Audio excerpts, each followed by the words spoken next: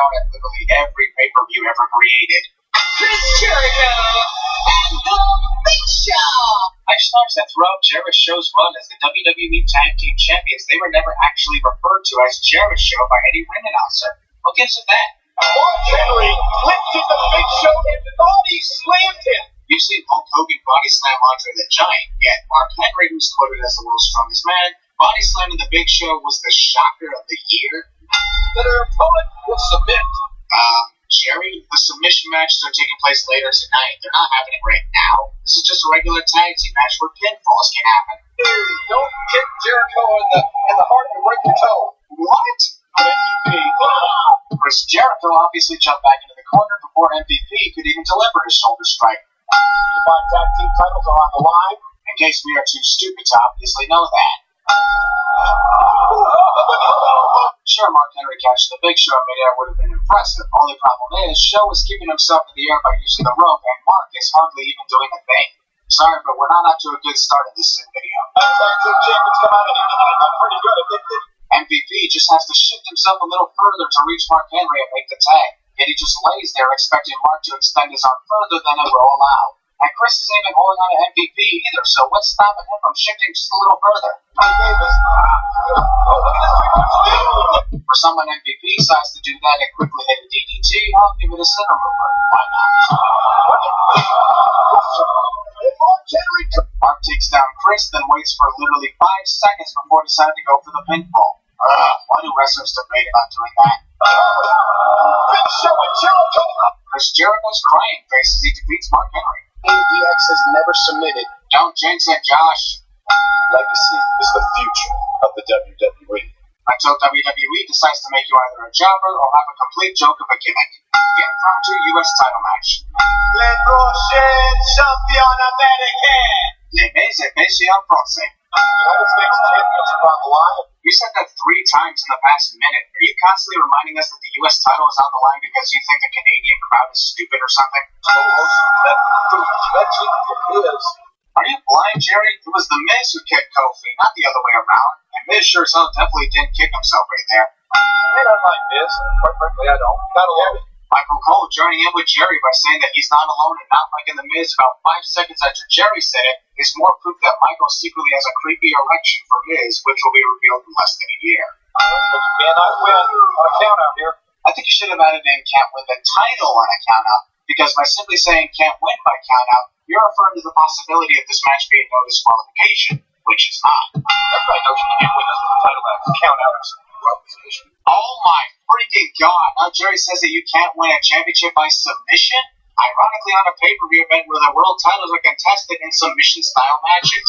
WWE events in Montreal are really giving Jerry bad luck these days. Don't correct me. I do, even when I'm wrong. Jerry Lawler must know that I'm saying this 8 years into the future. Correcting even when you're wrong is sadly my job, King. It is rare that you see Miz go to the top rope. And by rare, I mean you see this happen in almost every match the Miz contests around this time. There's another reversal. Kofi kicked out before the referee could count 2. Referee clearly saw the kick out after the 1 count, but decided to count 2 for some random reason. Leonard Skinner. Leonard Skinner is always for the center mover, one of the most legendary musicians ever. It is I should say submissions. Right. Anyway. Sad thing is that submissions are also legal in a regular falls count anywhere match. The only thing taken out in this case is pinfalls, but other than that, it's no different to a falls count anywhere match. Granted, it's still entertaining though, just saying. Anywhere in the city.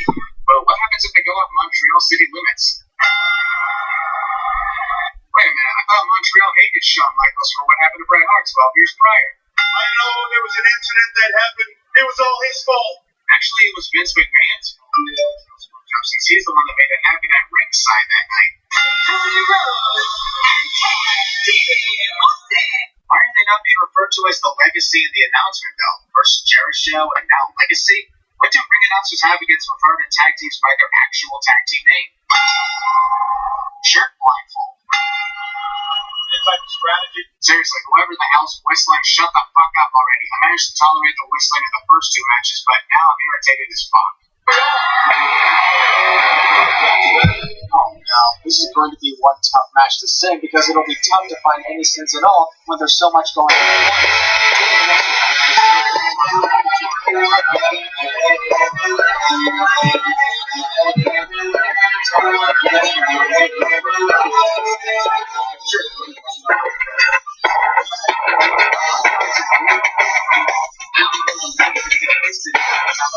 a Friday show! What is this? What's it on? Robert.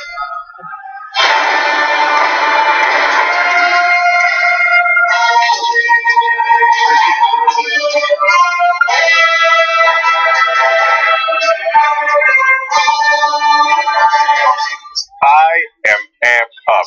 We've got a disastrous day. We've got a wonderful day. We've got Rush Limbaugh on the run. Literally. He's in the wind. Literally. We've got Eric Bowling. You're going to find out what happened to him in a second. He might be bowling for Columbine, but he ain't bowling for Fox News. Hey, come on! I call it a spoiler. Okay, all Coming in right. hot, everybody. Coming in hot. That's right.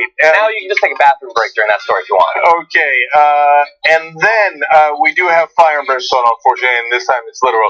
And also guest Chris Christie from the Trump guys. That's an amazing story. But the two stories from the second hour that I am blown away by, definitely no pun intended in this case, is white Christians are gone. They're also in the wind. Gone. Okay, so they are now a minority in the country. I'm going to celebrate that, but hold, not because I got anything against white Christians. Of course! But I'm going to explain why that's a fascinating phenomenon, why I'm celebrating. The numbers are stark. They're amazing. And we are winning. I'll tell you who we are later. I know what the right wing thinks. So who do you think Trump is fooling? Anyway, all right, so that's not what I'm Yeah, talking they're going to about. take that quote out of context and use it from now on. Yeah, sure. God bless. How about it, Hoss? Just direct them to TYTnetwork.com. Anyway, and then also now artificial intelligence can tell whether you're gay or not just by looking at you. That story is amazing! Amazing! So, I was looking for a last minute check, so that might come in handy. I need one more. I just don't trust humans. yeah. How do they really know? At the age of 47, I look at it and it says, you're gay. Oh, well, okay. All right, fine. I guess that's the way we're going. All right. John, major news, go. Dramatic news. We just got word just before starting the show that the, I believe, 14th highest profile guy at Fox News, Eric Bowling, is gone. All right, you ready for this? Gentlemen, we got him. Down goes Bowling! Down goes Bowling! Bowling out. So if you had Eric Bowling in your pool at work for Fox News host that will go down next for sexually harassing his female coworkers, no, it's not Shep Smith. He's still a good guy, apparently. It is Eric Bowling. 14 sources revealed to the Huffington Post about a month ago, I believe, that at least 3 current and former Fox colleagues of his said that he had sent them inappropriate text messages, including photos of male genitalia, although, importantly, no clarification yet of whether it was his genitalia. It might have been from his collection. I have no idea. And we don't know that yet, and we don't know if he was using a body double. As if we needed a reminder that this is breaking. Sue me now, by the way, because he did sue them for publishing that story, or said that he was going to. Well, he has time to sue now, so I would be concerned. But they only had 14 sources, so and That's the best part of that. There are 14 sources. It sounds like fake news to me. yeah. So if he's gone, and I don't know if he used a body double like Saddam did. We don't know whose particular penis it was, but we do know that he did send the penis pictures. At least Fox News knows it enough to have let him go. When they said we enjoyed his 10 years of work, we did not enjoy his penis pictures. He will no longer be appearing on Fox News. The show that he was hosting, such as it was, the specialists are now out. And I've never heard of that show before. And you will not either going forward. It was one of the shortest shows in cable news history, thanks God. Which, by the way, is something they apparently said about the pictures as well. Anyways, okay. Couldn't resist. I couldn't resist. And finally, I want you guys to have some context. If you think like, oh, Fox News, some of the right wingers might think, oh, they're becoming liberal, and now they're just getting rid of all their conservative hosts because of political correctness. No. That's not remotely true. They're doing very lengthy investigations to find out who actually did it and didn't do it. So, for example, there's been like loose talk of, just because it's online, about Sean Hannity. Nobody's ever charged Sean Hannity with a damn thing, and it's nonsense. It's just like people throwing stuff at him because he works at Fox News. Sean Hannity has a million other problems, but this isn't one of them. So it's not like they're targeting random hosts. No, they're targeting people who actually did do it. And by the way, not every investigation shows the sexual harassment happened. For example, there was a lot of payouts to a lot of women who apparently were very badly sexually harassed, and some who actually had sexual relations with people like Roger Ailes, etc. But they did not give any money, and they did not settle with Andrea Tanteros. And they said, no, that one isn't true. It didn't happen. We'll go to court. We'll fight it all day long for as long as it takes, because that isn't true. Well, and who knows what'll end up happening. Yeah, and we don't know. They'll go to court. We'll find out. But there's a lot of sources that we know of, that others know of, and certainly Fox News apparently thinks, and their parent corporation thinks, that didn't happen. She's just looking to cash in. That's their point of view. Yeah. Now, on the same day, Charles Payne, who was also investigated for sexual harassment on Fox Business Network, another very conservative host on Fox News, has been cleared. News Corp saying he did not do it, and he's now back on air. So this is not a witch hunt. It's not random. It's not towards conservatives. It's not a political agenda. It's not political correctness. It's actual investigations. Did you actually sexually harass people? Well, I guess it's interesting whether it's a witch hunt or not, but they did it. The ones who did it, did it. What? First Jerry Lawler fucks up the rules of titles changing hands, and now Matt Stryker too? Oh my god, double sin for the commentators thinking you can't win a title by submission on a night. So regardless of whether it's a witch hunt or not, it's a culture of perversion, basically, inside of Fox News. Such a good it's old culture of privilege, and yes, these guys, I mean, look, if you just listen to what they say about themselves and their values, you'd think, oh my, but they're married, how are they sending dick pics? But if you think about it for 3 seconds, of course there's going to be pervasive sexual harassment. It's a bunch of guys who hire the exact sort of women that they're interested in having sex with. We know Roger Ailes has his entire strategy that he's talked about before, and then they sit there and they think that they have the power over these women's careers, because in a lot of cases they do, because of how competitive the industry is, and so they abuse it. And that's why so many of them are falling down. And some of them, like you say, Sean Hannity, apparently there's no evidence. But would you really be that surprised in the end? No evidence. No, I would be surprised, because, guys, look, I only partly agree with you, John. I think that if it's like those conservatives who like look at the good old days, etc., you can say there's some evidence there, because in the good old days they used to sexually harass women. I'm talking about like the strategy of like we're gonna require that women wear dresses. They not only do they have to wear dresses, they have to have their legs visible on camera. They have to wear simple unicolor dresses, because the vision of the average Fox audience will get distracted by that or something. Like the person who sets that up as the concept for a channel is a person who cannot be trusted around those female employees, and he is going to hire people of a similar mindset. I'm not sure I agree. I'll just break it down real quick into 3 categories. They want to remind people of 1955 because their audience grew up in 1955. So the unicolors and how they dress, etc., whatever, I view that as no evidence. The fact that they look at 1955 with some nostalgia, not because of their childhood, that's perfectly normal, but because of like, the good old days when we were in charge and could do whatever we want, I view that as some evidence, but small evidence. A lot of people might think that way, but not act upon it. Roger Ailes partaking in it. It doesn't mean everybody there is in favor of it. It certainly doesn't mean we know. You're putting us in. Ow, my hands! Randy Orton's face has turned red with anger. Why would Randy be frustrated already with John not quitting? He didn't even launch all his fury upon John. The match has only been going on for 6 minutes.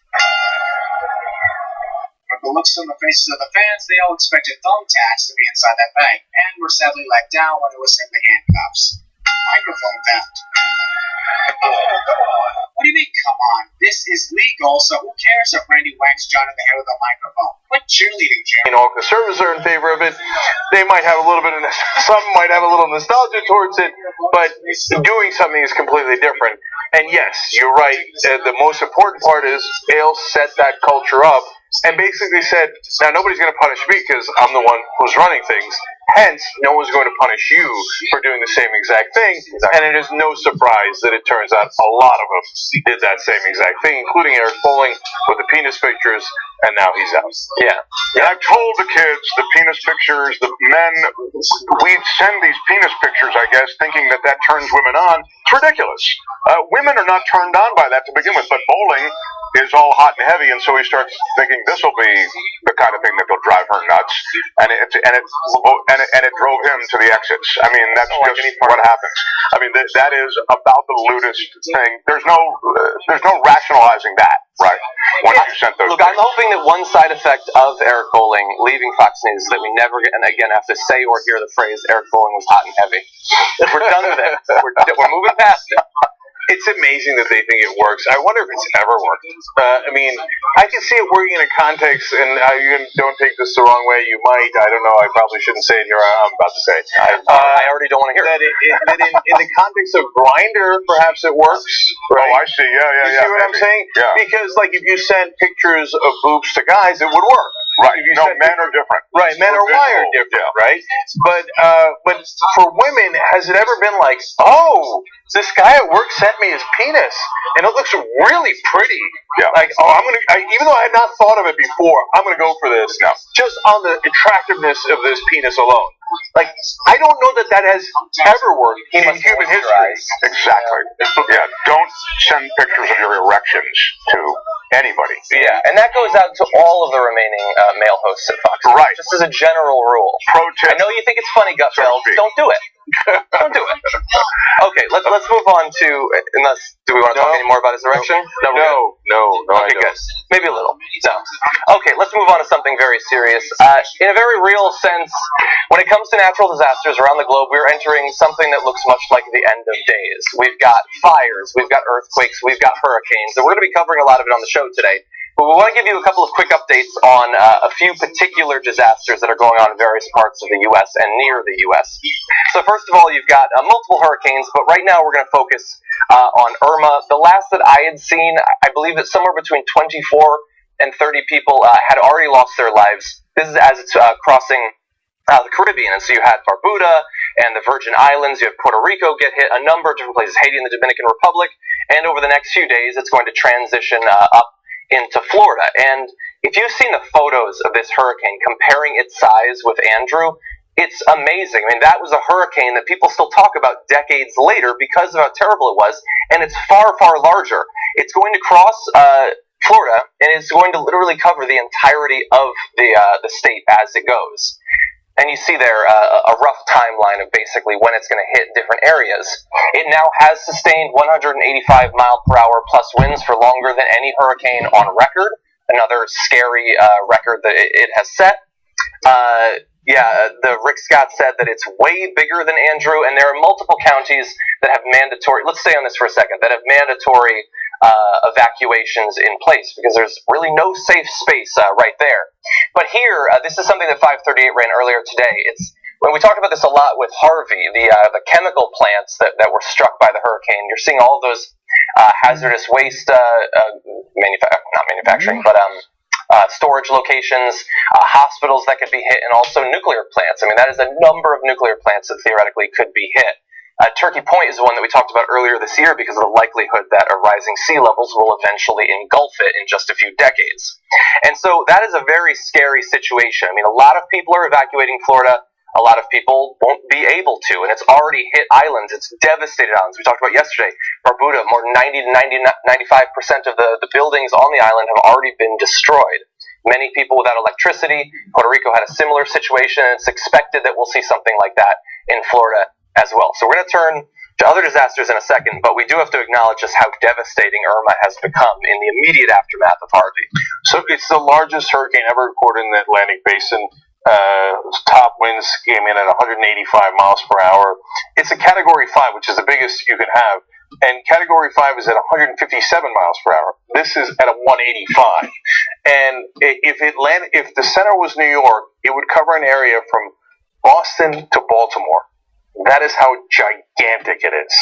And so just giving you context, that Barbuda story from yesterday, amazing. I mean, the island is almost completely wiped out. 95% of the buildings damaged. They were cut off from the rest of the world when all their communication was knocked out. The scientists told us that some islands would sink into the ocean. We're in the middle of it right now. This is exactly what climate change looks like. We'll get to some scientist quotes as well a little bit later. And one more thing about the dangers of those chemical plants, etc. Like we saw in Texas. The authorities, partly because in Texas almost all the Republicans in charge have taken money from the chemical industry, try to minimize what was happening. And they said they first reported as explosions because they were. They later changed it in an act of political correctness to pops that led to fires. That's called an explosion. And now cops and first responders that went are suing because they're really sick. And the authorities told them it's no big deal, just close your windows. Like, when a chemical plant explodes, you can't just fix it by closing your windows. You can't send people in there thinking that they won't get hurt. Of course they will. And we warned you about that. Just close your windows and breathe the oxygen that you've stored in tanks inside of your house. So that's how air works. We warned you about that earlier, and now the cops and first responders are taking them to court because they're hurt. And by the way, if you're a person who believes that Blue Lives Matter, you should be really upset at what big government told you in the form of Republicans who told you not to worry about climate change, not to worry about chemical plants that were not regulated well enough. They told you didn't need regulations. Boy, do we need regulations right now in the state of Florida. I hope that they have good precautions on those hazardous waste dumps and on the nuclear plant. Yeah, when you, again, regulations mean protections, mean ways to protect that community. And of course, as Jenkins just said, that community opened its arms to big oil and to chemical in the Houston area, and as a result, there were none of those protections. Now, this community is different, and as we see this torrent of rain, this huge storm surge is just a wall of water. That's why that storm surge is talked about as such a destructive force, because it really is the leading edge of the most destructive force. All of that is energy, and these hurricanes. This is the way that nature moves the most heat energy from one hemisphere to another. So you're witnessing nature moving energy. So all of that energy is played out in the velocity of the winds, the storm surge. And of course, then, when this thing hits the mainland, it no longer is feeding off the heat energy of the ocean or the Gulf, of the water in effect, and now the release of that energy is devastating. We saw it in Texas and Louisiana, and now we'll see it across the Southeast.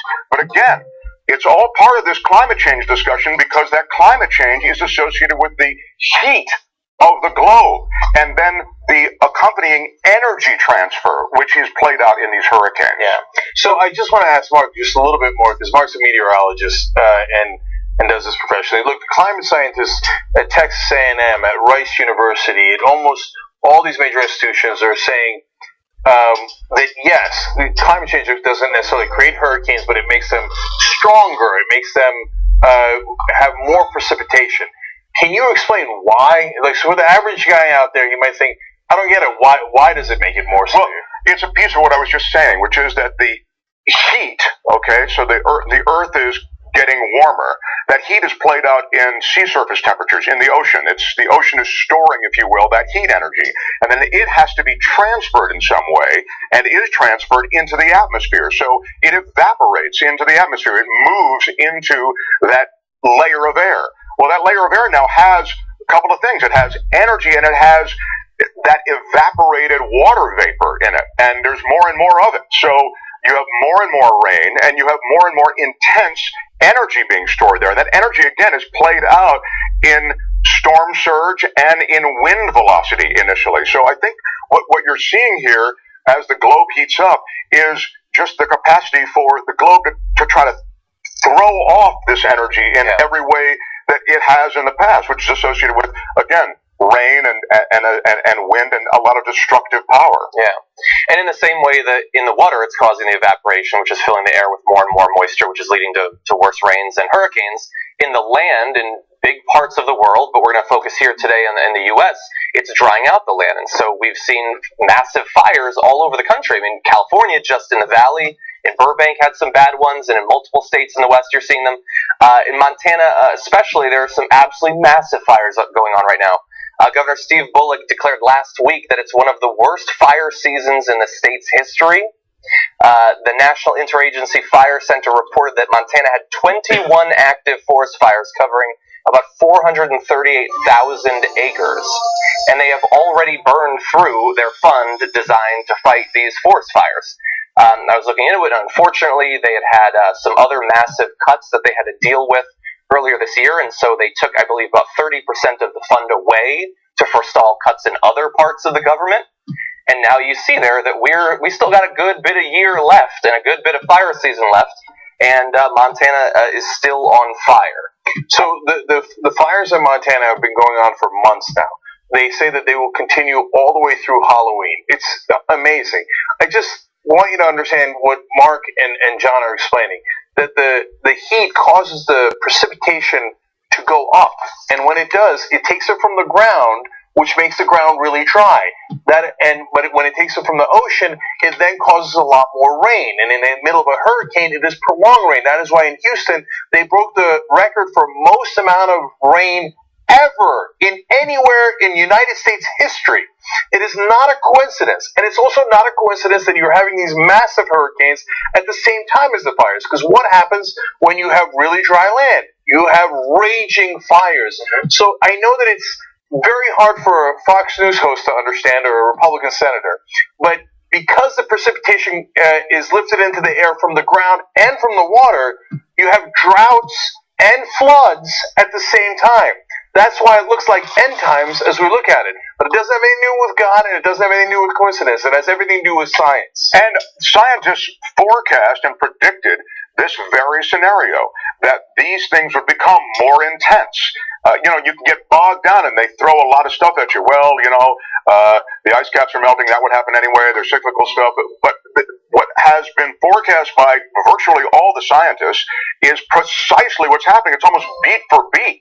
They've handicapped exactly what has happened from an atmospheric standpoint. So, as Jank says, these intense events, droughts, and hurricanes, they're getting more intense, and on both sides. And as John says, that fire season has now extended itself. So they're dealing with not only more fires and not only drier conditions, but a season that's even longer than usual. This is really, it's undeniable, and I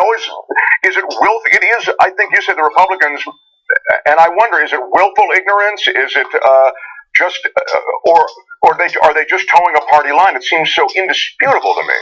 Yeah. Well, look, I have an excellent sense of what it is, and it's that the oil companies give money to the politicians, as do the chemical companies. It depends on where you live as to what gives you the most amount of contribution. Is it a coincidence that we can't negotiate for drug prices with drug companies? I mean, that is the most mental thing that anybody's ever heard. Why would the government say, no, I will give you a monopoly and never negotiate for better drug prices? That's unheard of. The reason you do that is because the drug companies give all the money to the politicians. They're the number one lobby. And the oil companies are among the top 5 lobbies in campaign donations. So when they give money to largely Republicans, but some Democrats as well, those guys then conveniently decide, because it's in their best financial interest, that climate change isn't real. Now, that doesn't mean right-wingers in the real world don't actually believe it. They do, because Rush Limbaugh gets paid by the Heritage Foundation and the Koch brothers to spew the same propaganda. So that's why he does what he does, and the senators, they all get bribed. And they are paid to trick people into genuinely believing, and I think the right-wingers in the general population genuinely believe, yes, it's a hoax, the Chinese did it, the liberals did it, it's not true. Of course, it's not true until it's about to hit your house, like Rush Limbaugh, and then you run for your life, which is what he's doing. We'll get to that later in the show. Yeah, and we've got a version of that sort of evasion of the discussion about climate change coming from the EPA after the break that we should probably take right now. We got to take the break, and let us note for the record, yes, John and I did again accidentally wear the same shirt. Not even realize that. Okay, I'm going to go change. I put it on earlier today, though, so you got to change. I think it's cute. I would keep them both. We've done this several times before. Okay, shop TYT.com, by the way. I'll get a different version of the Rosa Parks shirt I was wearing yesterday. Who wore it better? Okay. Oh, we should do a poll. Yeah, the internet just lit up. Wait, but we each have to briefly at least pose. Okay, so the poll is going to be tytnetwork.com / sure. Sure.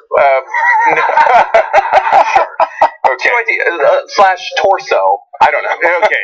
No, we'll go shirt. I hope that's not exact. Okay.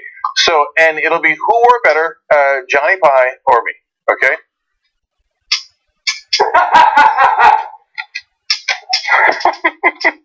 Vote early and often.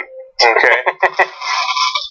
I think that if I pose more, I'm going to lose, so I'm pulling the ripcord on this one. Or I could do this. All right. tytnetwork.com / shirt. And go shop tyt.com to actually buy it. Don't make me choose. Mark, you're the first vote. Oh, no. I'll have to think about it over the break. Okay. All right, we'll come back with the first vote registered after the break. All right, Young Turks.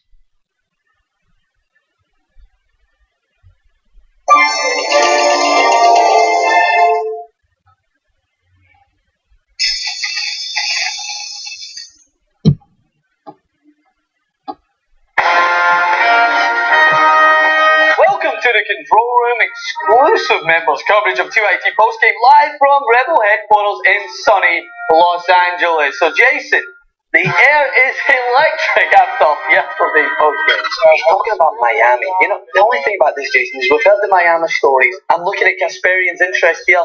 She's giving him the cordial glance to the side, but I just don't know if it's really there. Oh, that's where the vagina is. Okay, that joke landed like Apollo 13 there. And then Kasperian gives him the courtesy laugh, gives him the Edwin way. Had you had sex at that point when you took that class?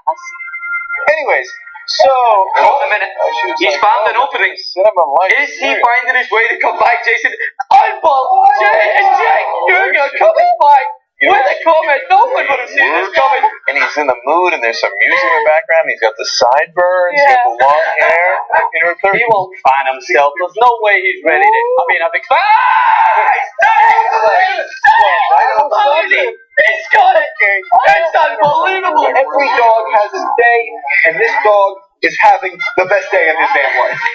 That was an outstanding postgame. If tonight's postgame is anything like last night's, we were in for another. Exactly right, Francis. And don't forget to check out the TYT postgame after the Young Turks every weekday on tytnetwork.com / members live.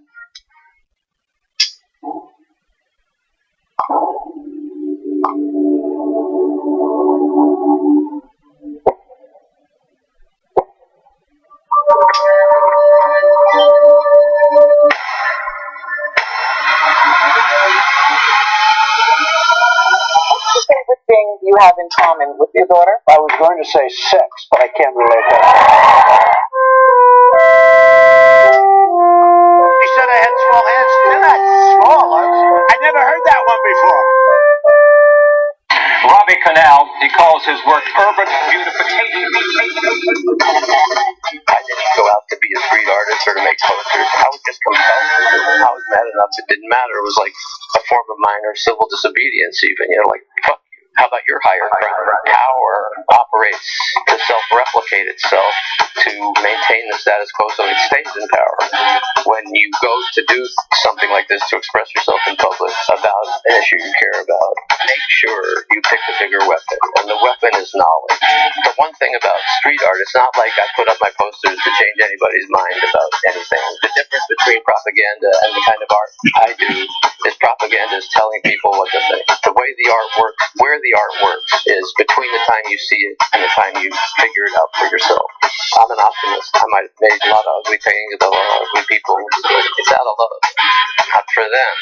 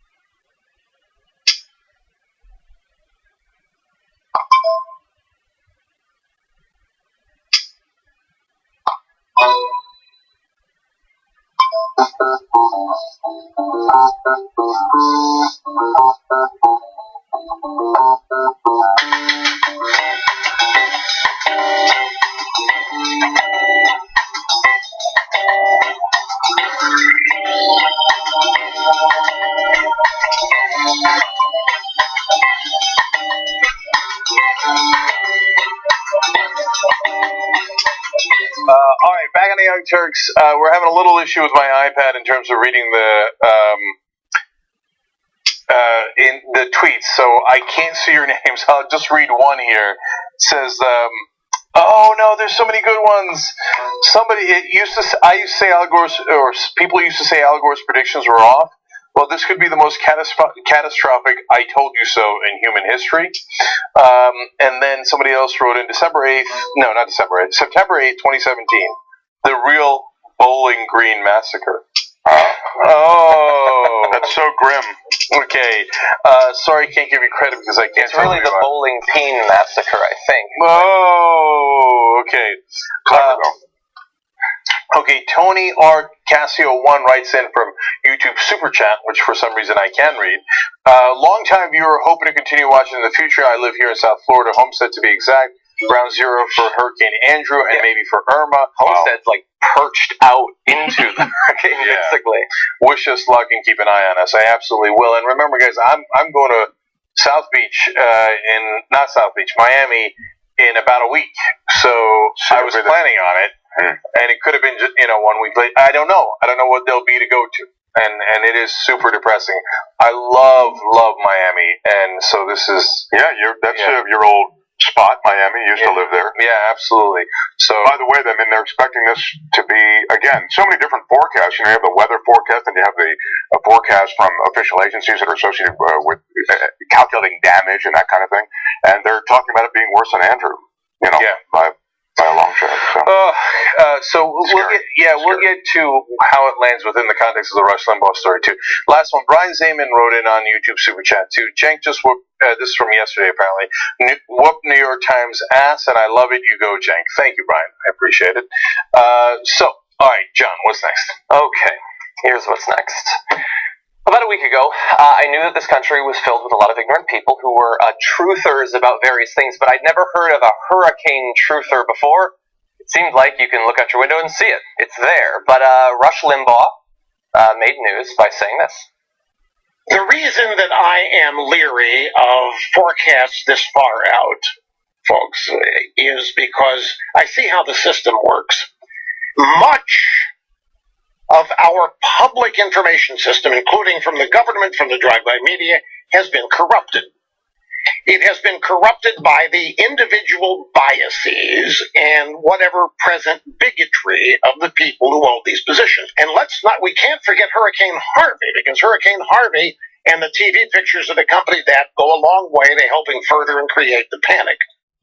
The panic was probably related to the fact that it was devastating Texas and Louisiana. He talks about those pictures as though that they're not pictures of what's going on right now. Exactly, yeah. I think we might have misspelled that. It's West Palm Beach, right? Autocorrect. Okay. Okay. So he made his little prediction that Irma's not going to be a big deal, and it's just, it's the Chinese just trying to make a hoax about climate change or something like that. Unfortunately, it was a bad prediction because the hurricane was already barreling towards his studio at that point. So a bit of an oops, and it ended up just earlier today with him saying this. Okay, may as well go and announce this. I'm not going to get into details because of the security nature of things, but it turns out that we will not be able to do the program here tomorrow. We'll be on the air next week, folks, from parts unknown. So we'll be back on Monday. It's just that tomorrow is going to be problematic. Tomorrow it would be, I think, legally impossible for us to originate the program out of here. So, I had to cancel a bunch of stuff. I was going to go to a private movie screening this afternoon, and I had a bunch of stuff to do tonight, and now that's all blown to smithereens. Well, that's heartbreaking, isn't it? Like Florida will be. Yeah, it's Rush is going to miss a private movie screening. That's terrible. It's problematic legally and rhetorically and ideologically because you're a jackass. So it looks like he's going to do the smart thing, and he is actually going to flee from Florida, which I believe we actually have some video of. Yeah, we do. We at TYT, we've got reporters now, and so we found a video of Rush leaving Palm Beach. Okay, fine. That was Alex Jones. That wasn't him. Okay. From behind, it's hard to tell. I get it. Okay, all right. Well, that is kind of hard to tell a little bit. No, we this is the real video. Let's watch him leaving the state. It's going to take a little while. Well, he does have a red hat on. Wow. That makes sense. You know what? Run, Forrest, run! This is going to take a while. I'm going to miss my screening. I'm sorry. Okay, well, that's where it gets sad, unfortunately. Okay. That was a disaster. I feel bad that I've impugned Forrest Gump's reputation by associating him with Rush Limbaugh. Okay, so I just want to break apart that small little clip we played for you because this is chock full of so many great things. I'm not going to get into the details because of the security nature of things. Now, you're not going to get into the details because you were wrong and you're embarrassed. Second of all, the security nature of things is the hurricane is actually coming and you might die if you stay. That is the security nature of things. That's why your fat ass is leaving. And again, the forecast was perfectly accurate. What that forecast that you're making fun of, that forecast you say is a concoction of some left-wing plan to get more money for climate change and to kind of push a climate agenda, that forecast is exactly right. Yeah, and you say, well, we have a situation here that's problematic. Yeah, that's what we told you. That's what we said. It's going to be not a little problematic, it's going to be deeply problematic. Now let's talk about the damage that he's done.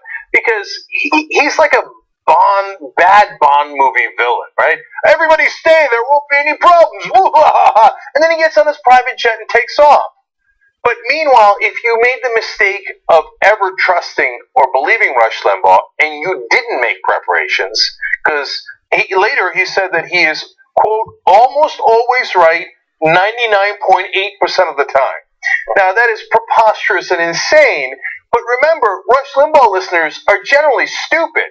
So when they hear that, they think, oh, okay, Rush is always right. And if Rush says, and they have been programmed to believe in Republican and Rush Limbaugh propaganda. Yeah. So if they made the mistake of believing in him, and they not only did they stay, but their families stayed, and they kept their family there, they don't have a private jet. They can't take off at the last moment from their Palm Beach mansion, as this guy is doing, going, well, I mean, your family might be stuck in this hurricane, but remember, my private movie screening has also been canceled. And this guy has the audacity to talk about the elite and how the liberals are elite? Are you insane? The sad thing is that it was a screening of an inconvenient sequel. You might have learned something. Oh. Also, by the way, in making it even a little bit worse is that all these people that, as you say, trust him, he says it's a hoax, it's not going to happen, don't leave, don't make any preparations to leave, even though the longer you wait, the harder it is, and gas is running out and all of that, so potentially endangers them there. Then he realizes the hurricane is coming, and he makes plans to evacuate himself and probably his coworkers, because they're going to continue to do the show. But on that show, where we just showed you the clip, he still didn't advise his listeners to leave. Yeah, it's almost criminally irresponsible. I mean, everything that you guys are saying really points to this guy being. And by the way, this guy is an effective communicator. I understand he's communicating to true believers, and they drink in what he says. But for just that reason, he owes that public that listens to him some kind of reasonable warning. Once he's embraced it, he's got to get that word out. That's exactly right. He cares about his pride more than the lives of the people who listen to him. So let's break that part down. So either he was lying all along and was endangering your life and is continuing to do that because he doesn't care. He wants to get paid by the right-wing think tanks that fund his program. You think they're selling normal products there? Coke, Nike, what? No. A lot of the ads are from right-wing think tanks who are funded by the fossil fuel industry. Yeah. So he's paid to lie to you. And if he endangered your life while doing so, who cares? I have my private jet. So, I mean, think about what a horrible human being he is. Or you say, no, I never believe you guys. I don't believe you now. Rush is right 99.8% of the time. Okay, then apparently he doesn't have the courage of his own convictions.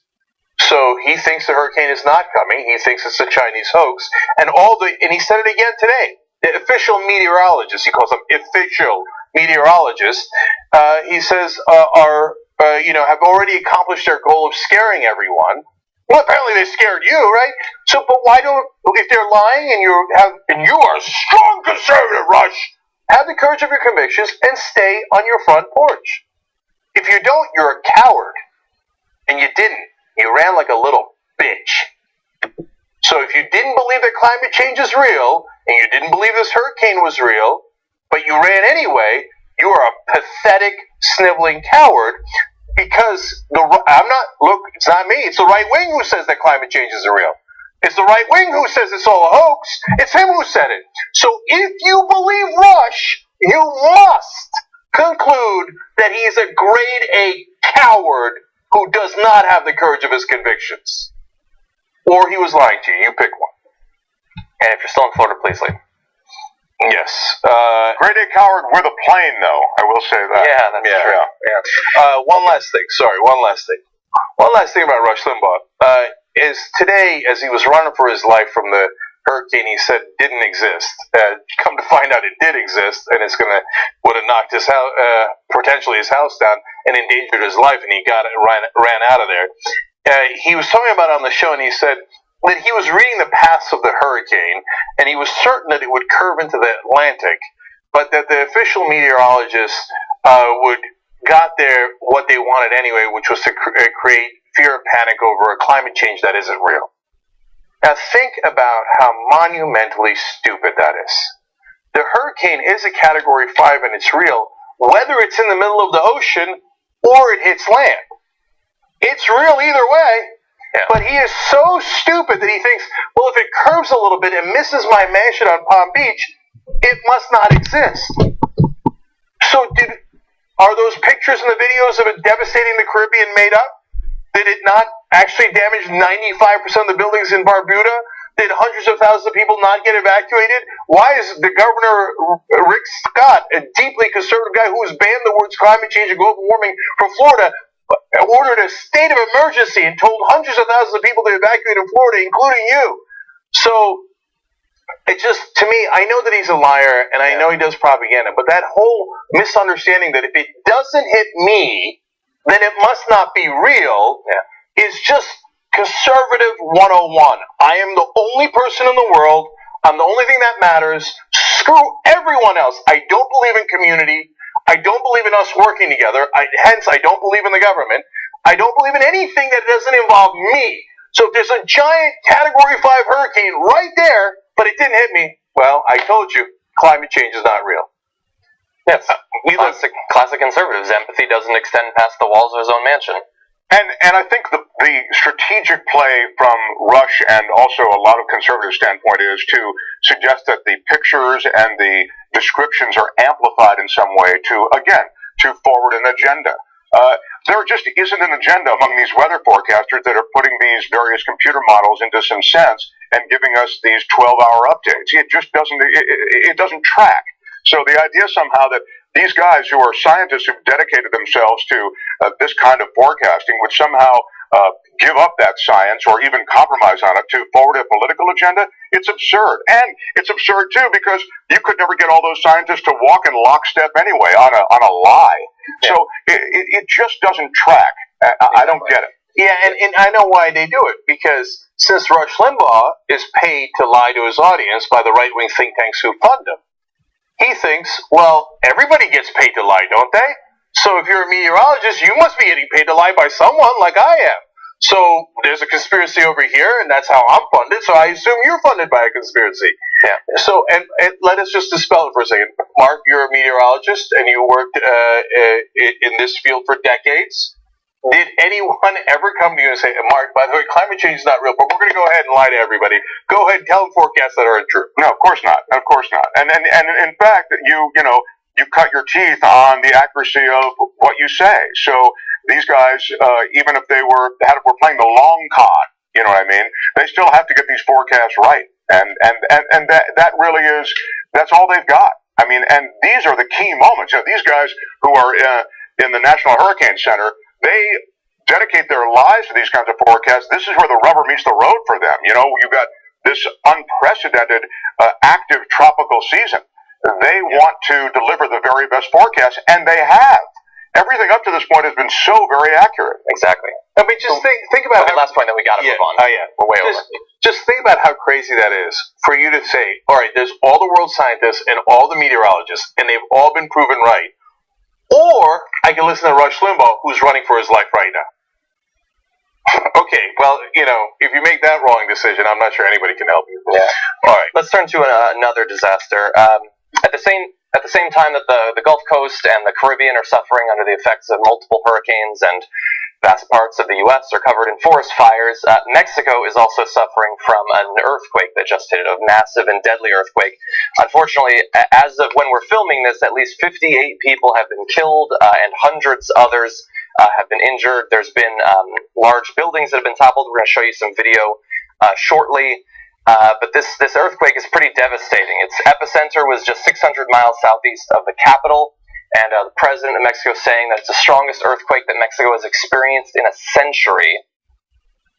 This disaster probably not traceable to climate change, but it's certainly happening at a particularly bad time as big parts of this hemisphere are currently dealing with disasters already.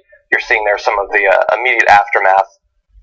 And one of the things that led to some of the deaths that might have been avoided otherwise, and is going to lead to more damage overall, is that the states of Chiapas and Oaxaca, which are home to about 9 million people, are the ones most closely located to the devastating portion of the earthquake.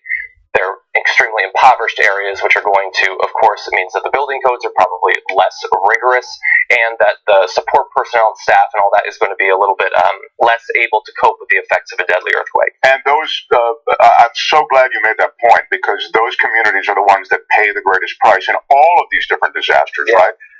And we saw it with Irma. What John said, Yeah, so this, to the best of my knowledge, is a total coincidence. It's just really bad timing. Yeah. As we explained earlier on the show, the hurricanes and the tremendous fires happening in the western United States are not a coincidence.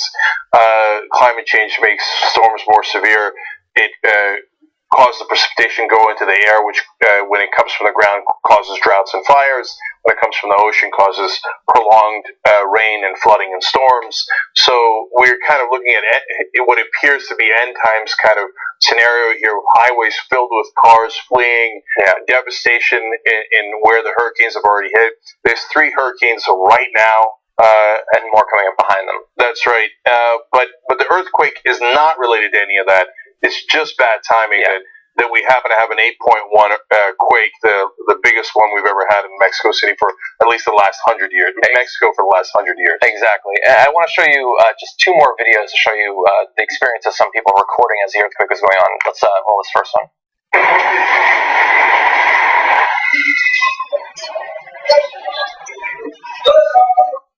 Apparently the quake was particularly shallow, which makes it more intense. And we have one more video.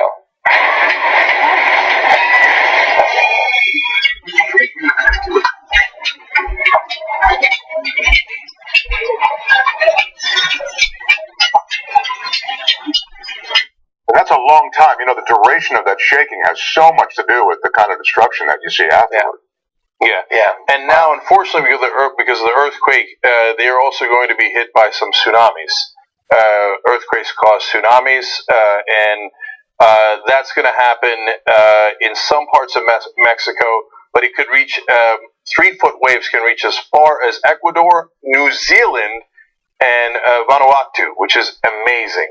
And 1.85 million homes have lost electricity in Mexico. And then one more consequence is that, of course, 38 people have died before. But look, actually, better regulations and building codes have saved a lot of lives. Because the last time a less severe earthquake hit in 1985, that was at 8 instead of an 8.1. It killed an estimated 9,500 people in Mexico City. Now, there's different reasons why the regulations are not the only reason, but that is a contributing factor when the buildings don't collapse in the kind of shaking that you saw there.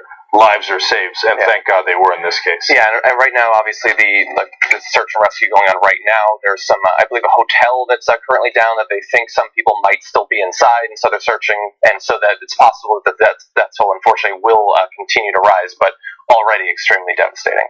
And finally, Hurricane Katia is about to hit eastern Mexico. So as if things weren't bad enough, the hurricanes are also coming. Yeah. Why don't we take our last break, and then we've got one more story, something a little bit lighter to close out the first hour with. All right. And by the way, it's an awesome video. It's directed at Donald Trump, and you will absolutely love it.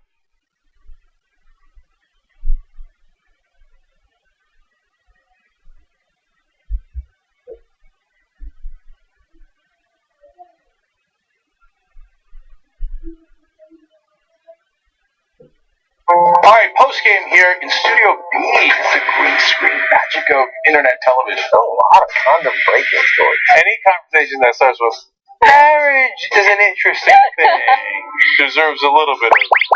When the kid cries, perhaps that's that is an opportunity to do some. It's an opportunity to do some marriage.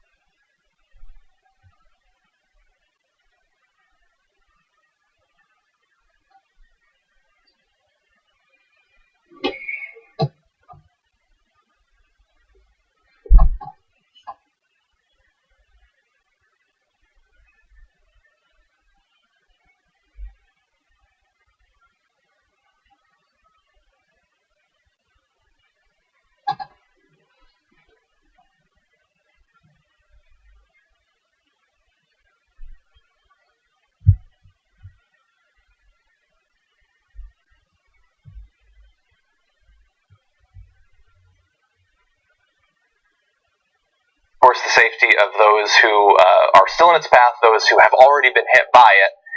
Here at TYT, we've made very clear that we are not going to ignore the connection between climate change and extreme weather events, and we're not going to wait until some date that they say is acceptable to start talking about what we should do as a civilization to stop more of these hurricanes from developing in the way that Irma did. But unfortunately, there are some in the media who are ignoring that connection, and there are some in government who are actively trying to shut that conversation down before it even gets going. And so first, we're going to go to the EPA. So Scott Pruitt is the head of the EPA. Unfortunately, it seems like his mortal enemy is the environment, and he wants to do all that he can to destroy it. Said this recently. To have any kind of focus on the cause and effect of the storm versus helping people or actually facing the effect of the storm is misplaced. To discuss the cause and effect of these storms, there's the place and time to do that. It's not now. It's some other time, like after some sort of mass shooting. Of course, why would you talk about guns then? It's inappropriate. You should wait 6 months or something like that. He also said this, Congress should address that at some point, talking about climate change, and Congress hasn't. All I'm saying is to you is to use time and effort to address it at this point is very, very insensitive to this people in Florida. It's very insensitive, and he's a sensitive soul, okay? His background with fossil fuel companies, that has nothing to do with it. He's just worried about people's feelings. That's it. Yeah, now imagine if they applied the same service standard to 9/11.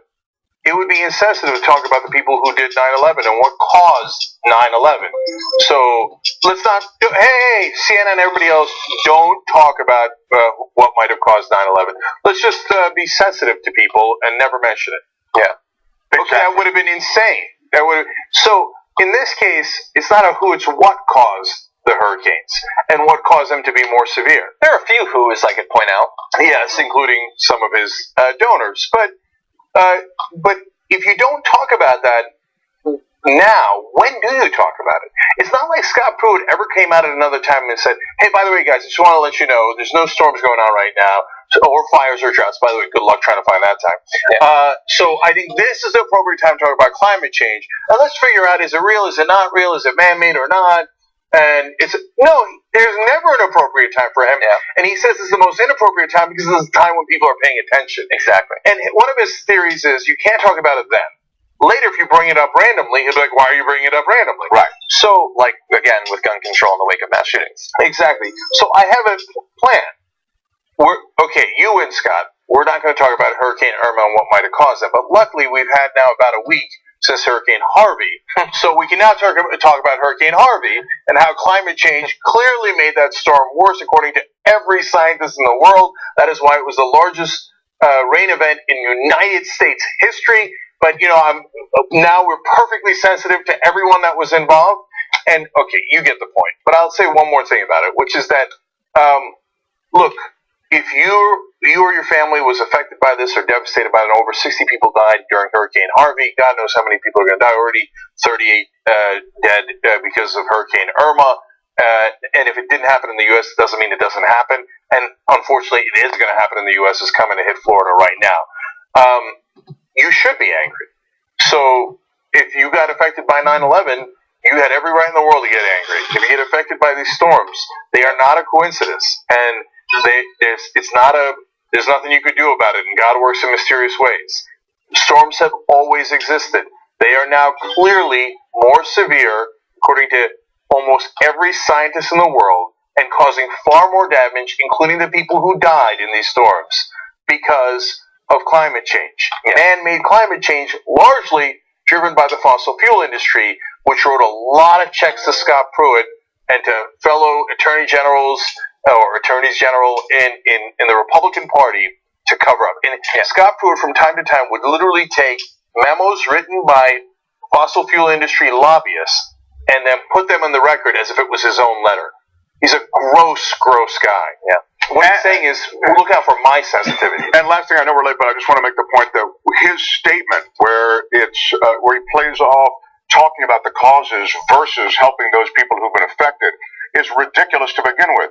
We're not saying you shouldn't be helping. It's not as though we can't continue to help those people affected while talking about the causes. This is not one or the other. It's not one versus the other. Yeah. I love that. That's a strategic bullshit play. Yeah, and look, I'll go back to it's a conservative thing. They seem to have a very limited idea of how empathy is supposed to work. But as I pointed out on a walk and talk I posted on my Facebook last week, I can care about the victims of the hurricane that's happening right now, and I can also care about the victims of the next 10 hurricanes, the next 100 hurricanes, because they're coming. We don't know exactly where they're going to land. We don't know what we're going to call them, but they are coming, and they are going to be severe, and I want to help those people as well. And by the way, if it was just rhetoric coming out of the EPA, that would be bad enough, but it's not just rhetoric. Scott Pruitt and Donald Trump have already done a lot to ensure that we'll have more hurricanes like these ones. On June 1st, of course, he said we'll withdraw from the Paris Climate Accord. He also eliminated the Clean Power Plan, the Keystone Environmental Regulation of the Obama presidency. I could do a whole show just listing all the others, the selling off of public lands, the allowing more pollution to go into streams from coal companies and all that stuff, the loosening of the methane regulations. We could do a whole show on that. It's not just rhetoric, it's actual policy, and that's what's so terrible. But it's also not just the government, it's the media as well. So I want to talk about a Media Matters analysis of the broadcast coverage of Hurricane Harvey.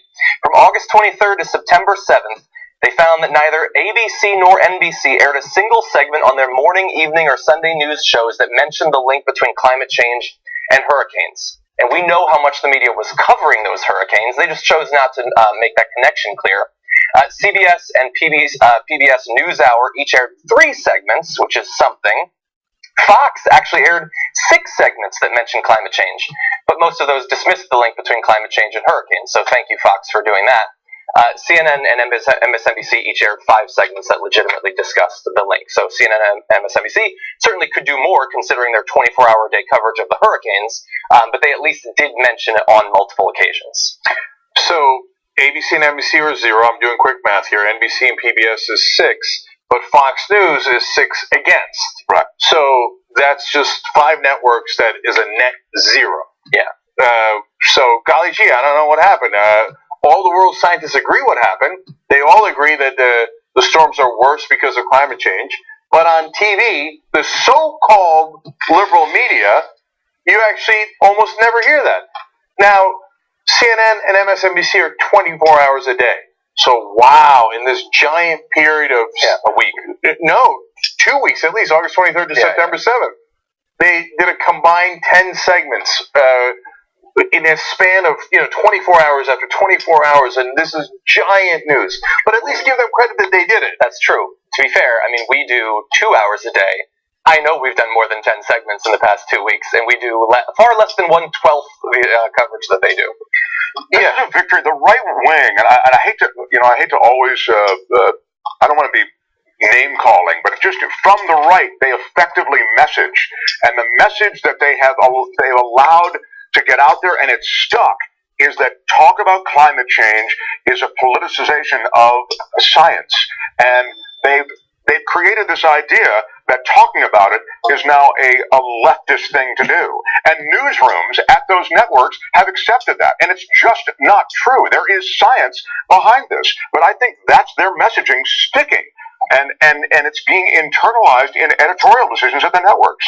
So, look, the one thing we can see here, fairly definitively shown, is that there is no liberal media bias. If anything, it's the opposite. If you think that some of the people who work there are liberals, okay, that's I understand that, and there's some studies that back that up in terms of, they're mainly talking about print journalists, but on TV I wouldn't be surprised either. So we're not denying that reality. Okay, but first of all, they don't make the decisions. The higher-ups make the decisions. Yeah. And the higher-ups are at a multi-billion-dollar corporation. They are not liberals. Those corporations want lower taxes, and they want deregulation. And by the way, part of deregulation is on this issue as well. So if we were going to take proper precautions about climate change, we would have a lot more regulation. Some of their top advertisers are fossil fuel industry. So there's a lot of factors that lead them to not being remotely liberal. That's not fair, Cenk. BP is just trying to sell gigantic barrels of oil to regular people watching the morning show on MSNBC. I've got one in my bedroom. It's big, but it could come in handy someday. By the way, if you don't know that, there's companies that don't sell anything to the public. Now, at least BP could make an argument. Well, you could stop at our gas stations, and whether they're in your neighborhood is a lot more relevant than if I did this ad. But at least they can make an argument. There's some giant companies that don't sell anything to consumers, but they do millions of dollars in advertising and TV. Why do you think they do that? They do that so you don't talk about the problems that they create. This is an excellent example of that. Yeah. And so finally, even if you think that they are actually all liberals at these media organizations, then they have at least been cowed by the right wing into not saying anything. Because, oh my God, they'll call us liberal, they'll call us liberal. Even though all the scientists agree what's happening. Let us not report the facts. Let's not report the facts because of the names that the right wing might call us. Yeah. That's not journalism. That's something else altogether. If you are neutral to the facts, that means you are not a journalist. You have to be objective about the facts. Neutral is, some people say there's climate change, and other people say there's not climate change. I wish I was a journalist so I could figure out which one was which. Okay, but I'm not going to tell you. I'm just going to shut up because otherwise Fox News might yell at me. An objective journalist goes, here is what the scientists are reporting definitively. Here's what the reality is. Here's why your family's suffering. Here's why we're having climate change. Here's why the hurricanes are much more severe. Do your job in the media. Do your job. And if you won't, well, I guess what's happening now is what's going to happen, which is that we'll replace you. That is why a lot of these networks have audiences that are ancient. They're not adding anyone new because I got news for you. Online, we can look things up. So when you omit the facts, when you don't do real journalism, people don't trust you anymore and they just leave. And that's exactly what's happening right now. Okay, we got to go. John, thank you. We appreciate it. John's going to be in True North. That's a series about the North Pole. Are you going back next week? Yeah, this is the last time I'll be on. I'm going for another month. Okay, so we will show you some of his videos as he sends them back in. We do usually do that in the postgame. Members have had great fun with that. TYTnetwork.com/join to become a member. Check that out. And when John's back, they'll have the whole show on Verizon Go 90. It's called True North. It's going to be amazing. And is going to talk about climate change and the scientists who are tracking it. So don't miss that. We'll be back with Anna. 2 amazing stories. All of them are great. But one is, now artificial intelligence can tell whether you're gay or not just by looking at you. We'll give you the details of that story. And white Christians are now officially a minority in the country. I'll tell you why I think that's great news, which does not have anything to do with their race, okay? Young Turks.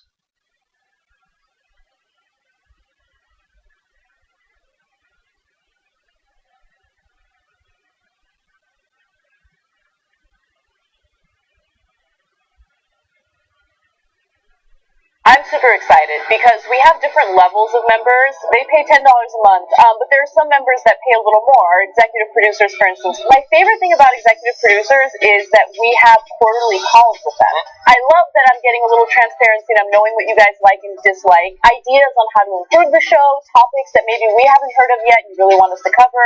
We have so much respect for you because of the fact that you keep us independent and allow us to be uncensored, unfiltered, without worrying about corporate sponsors breathing down our necks and telling us what we can and can't say. So if you want to be a member, obviously no pressure. You can go ahead and join by going to tytnetwork.com/join. I'm going to ask some uncomfortable questions. The first topic that I said that we would discuss a little more is masturbation. And then I was swimming in a hazelnut river. Are you sure you're not doing mushrooms? Oh my God, I can achieve an orgasm by myself. Fuck that, I am going to talk about it because there should be no shame. I think a lot about that because I love life. That openness led to amazing. And I keep saying to everybody, oh, I got to go call my wife. I figured that was a good excuse and people can't say, hey, don't call your wife. I'm going to release listen. It's so weird because at that moment I felt this and it smelled like lavender. At the end, you get to go check. Nice job. If you're a member of the Young Turks, you too will rock the world.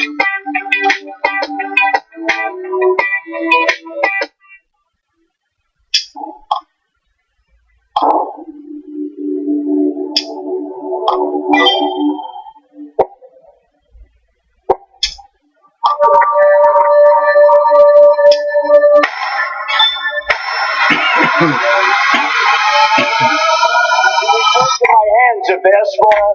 Something else must be small. I guarantee you there's no problem. I guarantee you. You said I had small hands? They're not small, I never heard that one before.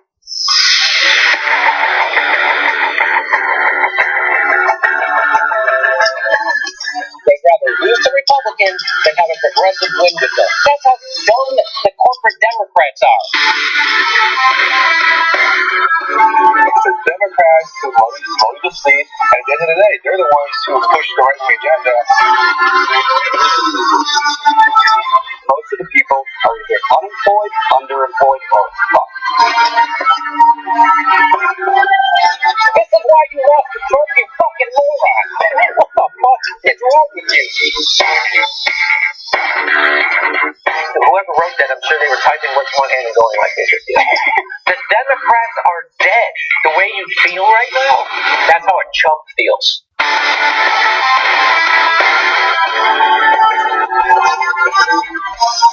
Not freaked out.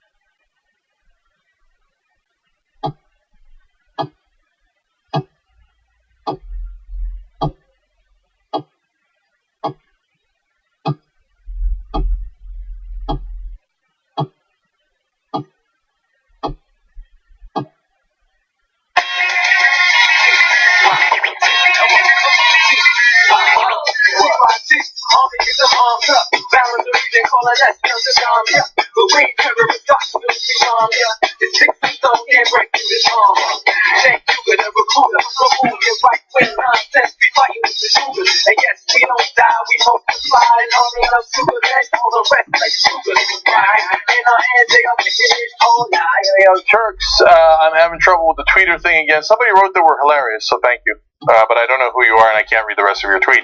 Okay, member shout-outs of the day are Chris Owens and Fraser Balk. Fraser and Chris, thank you so much. You guys make the show happen. TYTnetwork.com/join.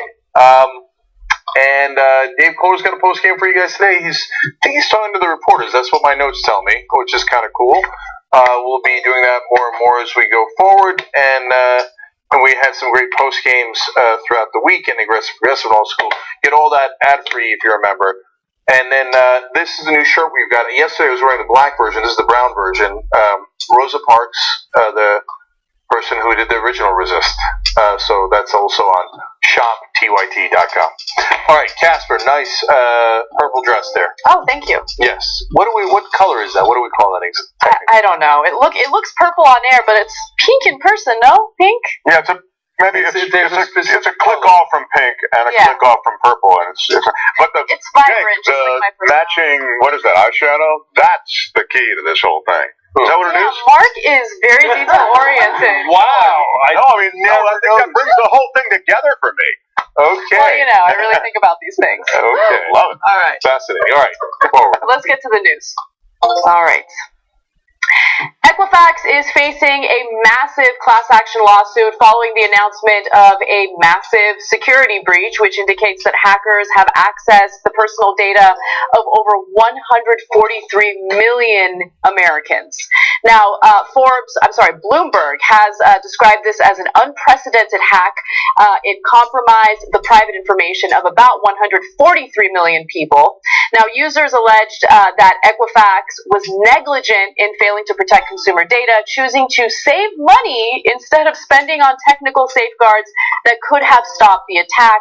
Data revealed included social security numbers, addresses, driver's license data, and birth dates. Some credit card information was also put at risk. I would argue that the credit card information is the last thing to worry about when you consider the fact that social security numbers are out there. And once someone has access to your social security number, especially people with ill intent, they can do some pretty terrible things with that information. Now, the fine people over at Equifax found out about this security breach back in July, and they have just announced it. But another thing to keep in mind is that this class action lawsuit is alleging that some of the executives over at Equifax had sold their stocks in days following the security breach to the tune of $1.7 million, I believe. And so, I wonder why they did that. They're saying that they didn't have knowledge about the hack prior to selling their stocks. All right, so let's break this down. First of all, they're only suing for $70 billion. So this is as big a lawsuit as you'll find. And it's about half the country that it affects. Yeah. So if all of our private information, I mean, look to the right of you, look to the left of you, well, one of you has had your information compromised. So probably us. Not probably, almost certainly. And you guys, if you're watching. So let me give you another twist to this story that should concern everyone.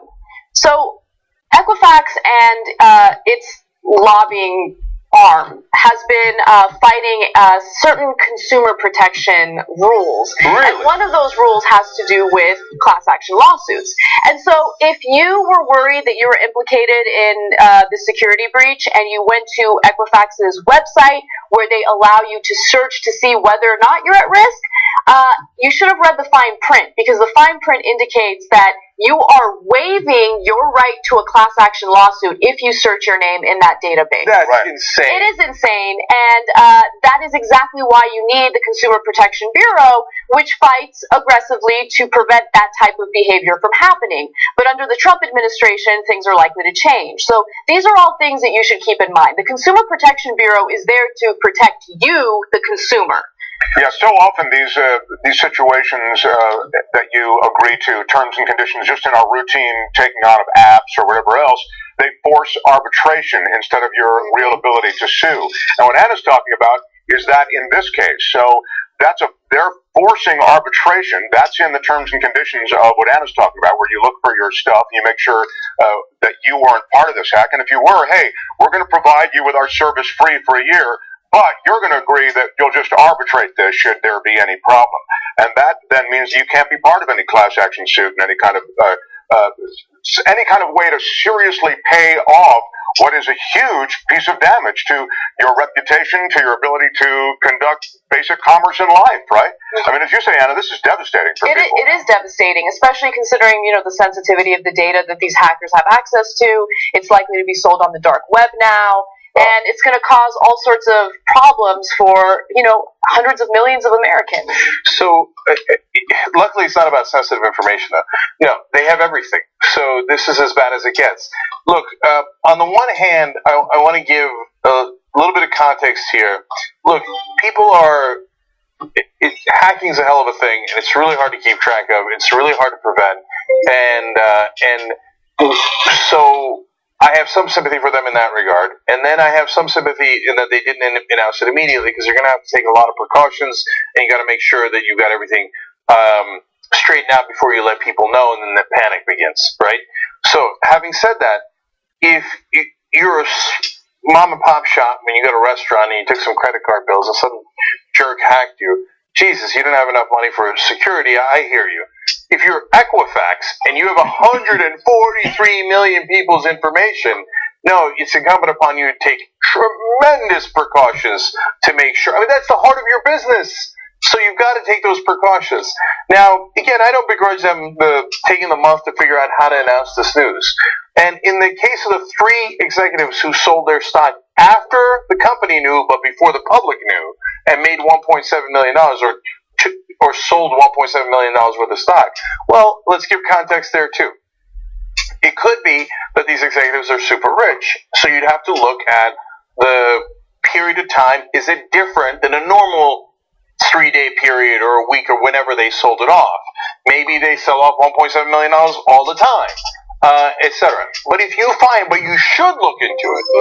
And the SEC should, yes, and they will probably. Yeah, and if you look into it and you find out, no, it is not at all normal, and all all of a sudden, right after they found out about the hack, these three executives who knew sold $1.7 million of stock with insider knowledge that they have that the public didn't know, and it is not within any range of normal.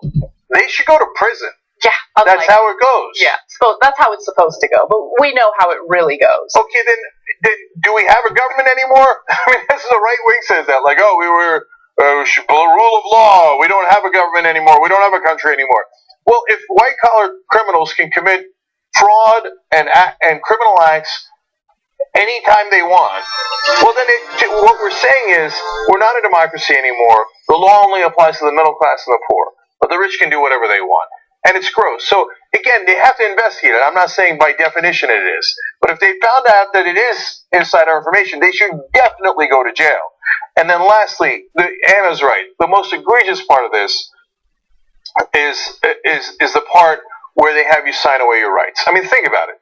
Okay, we screwed up Equifax, and so all of your private information is out there. It could cause you tremendous damage. So in order for you to figure out how to fix the damage, you come to our site, and then, tricked you. You came to our site. You just signed away your rights to sue us. No, that's not remotely acceptable. So I don't know if the government will ever protect the average American, or all they do is protect the rich and the multinational corporations. But we're going to find out. We're going to find out what happens here with Equifax. Because if they are allowed to just say, we screwed you over, you have to come over and look to see if you got screwed over. Tricked you. Now you won't be able to sue us. And the government doesn't do anything about that, then we're not a democracy, and we've lost everything. And we're just ruled by a new set of lords and royalty that are playing with our lives. Yeah. All right, moving on to some other news. A new survey indicates that white Christians are, for the first time, a minority in the United States. Well, first time since whites came and basically did their colonial thing. But anyway, let's move on. Wiped out everyone else. And wiped out everyone else, exactly. Now, the survey that was done by Public Religion Institute actually talked to over 100,000 people in the U.S., and the whole point was to find out whether or not there are differences in religious leanings and what the minorities and majorities are in regard to religious affiliation. Here's what they found. White Christians, once predominant in the country's religious life, now comprise only 43% of the population. Just to give you an example of what that population used to be like, 4 decades ago, about 8 in 10 Americans were white Christians. Wow, that is half. It used to be 80%, now it's 43%. That is a giant difference in 4 decades. And that is, by the way, exactly why we're seeing the overreaction from the right wing that we are today. They're in a panic. Oh my God, our time is almost up. We used to rule everything, and soon everybody will be equal.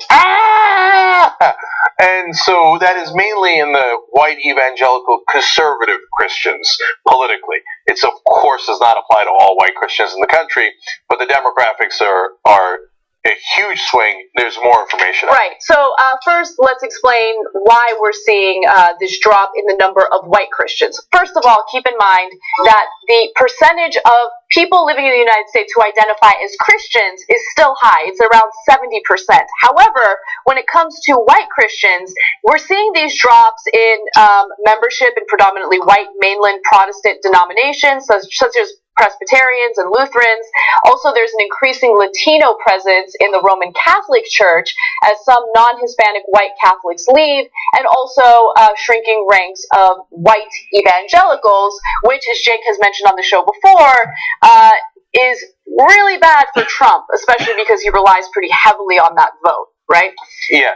Look, the fact that there's more Latino religious people in the country and less white, this to me is irrelevant. God bless either way.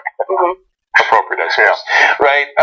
So the racial component of this is uninteresting, except for how it affects politics.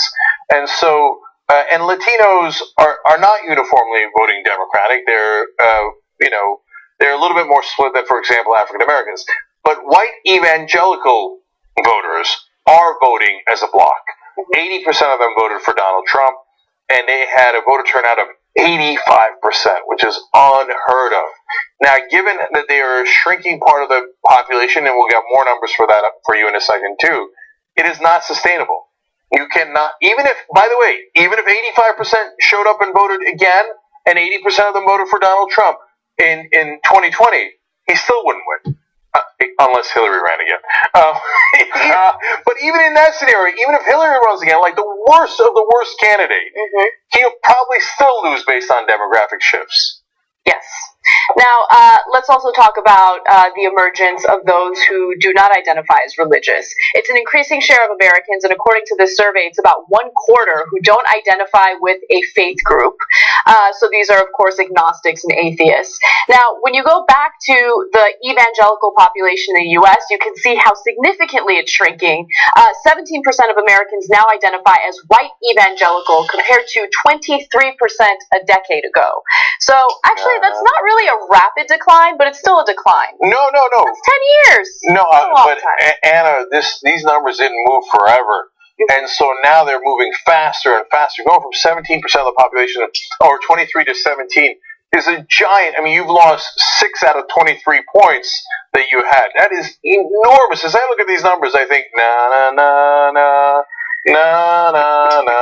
So, look, the racial component of it, I don't care about at all. I don't care if they're white evangelicals or purple evangelicals. I care about two things. One is the political atmosphere, because the way that conservative white evangelical voters have voted is disastrous. In our opinion, disastrous. And basically, it has been they've had a privilege in this country for a long, long time, and this is their last desperate gasp to protect special privileges. I celebrate that we are all going to be equal. We don't think like conservatives. Don't worry, conservatives. We're not going to take your rights away. We're not going to make you less than. We're not going to say, hey, because straights, for example, in this country had way more privileges than gay Americans, and gay Americans didn't have certain rights. Now that we, generally meaning progressives, are in the majority, will now take the rights away from straights. No, of course not, right? I mean, I don't know. I would really like to start banning Christians from coming into the country for predominantly Christian countries until we figure out what the hell's going on. We got to figure out what the hell's going on, right? Figure out what the hell's going on. All right. What Jeng's saying is so right on, though, because it is, look, the legislative agendas that come forward as a result of Christian dominance, white Christian dominance in the past, they've been brutal. I mean, we're talking about the enrichment of civil rights, women's right to choose. I mean, these are things that really have a serious day-to-day impact on people. So these demographic shifts, they play out legislatively, and that's really what you care about, right? You care about these laws that are made based on Christian tenets, and they pull whatever Bible verse they want to justify whatever legislative agenda they have. That's the real danger, and that's why this is so very significant, I think. Yeah, to complete that thought, which is one last thing about it. Look, these are facts of things that happened, and that happened today. So there was Jim Crow, and let alone slavery. But in Jim Crow, blacks didn't have the same rights as whites. So they had different fountains, and they weren't allowed to vote, and they had to pay a poll tax, etc. And don't worry, white evangelical conservatives. Blacks are not going to do that to you. There's not going to be a Jim Crow white laws. Like, from now on, these goddamn whites, don't let them in the pool, right? Or, they don't get the same voting rights. No.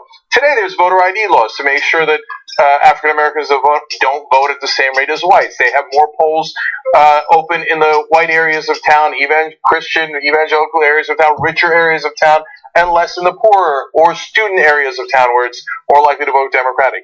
Look, I hope to God Democrats, when things are equal, okay, don't do likewise, because we're not in favor of discrimination. That's not what we're in favor of.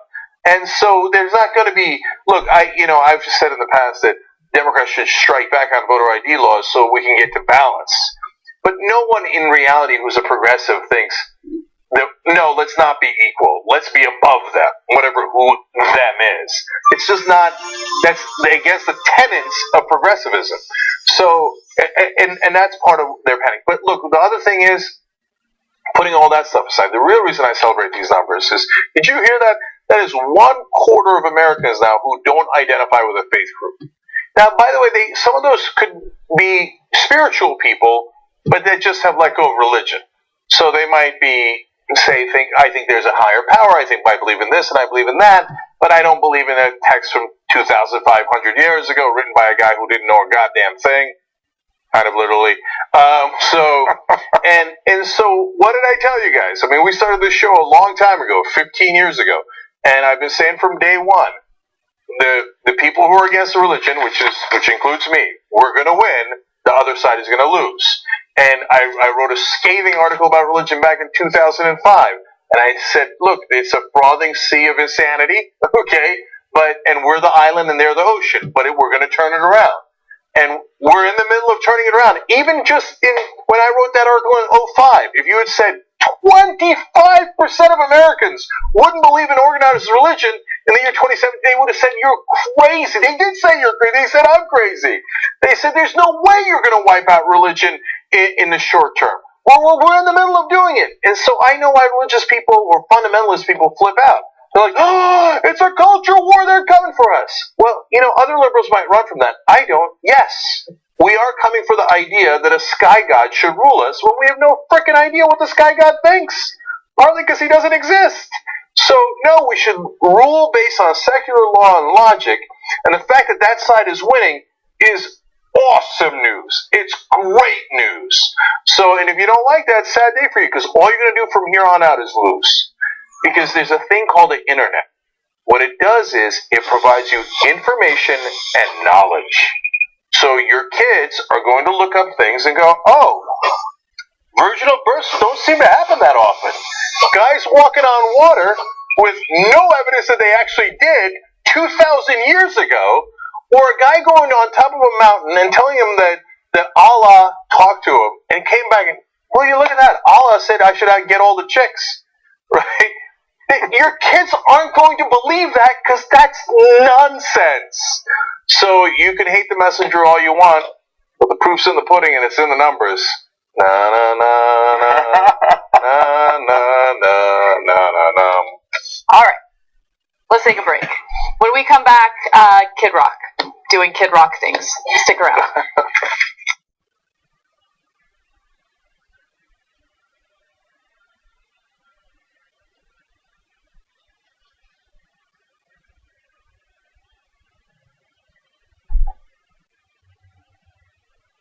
Now, you guys are going to think, especially my early behind-the-scenes footage, like, I already went and looked at the comments in the member section.